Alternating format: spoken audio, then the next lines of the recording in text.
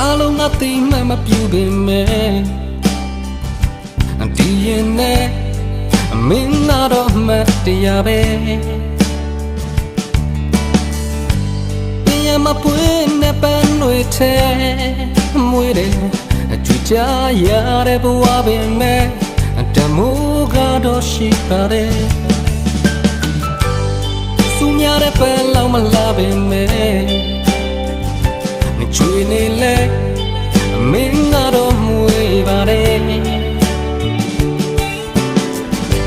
ရုပ်ချီစွာထွေးပိုင်မိရင်သွေးထွက်မယ်နေပူတဲ့လမ်းလျှောက်ခဲ့သူအတွက်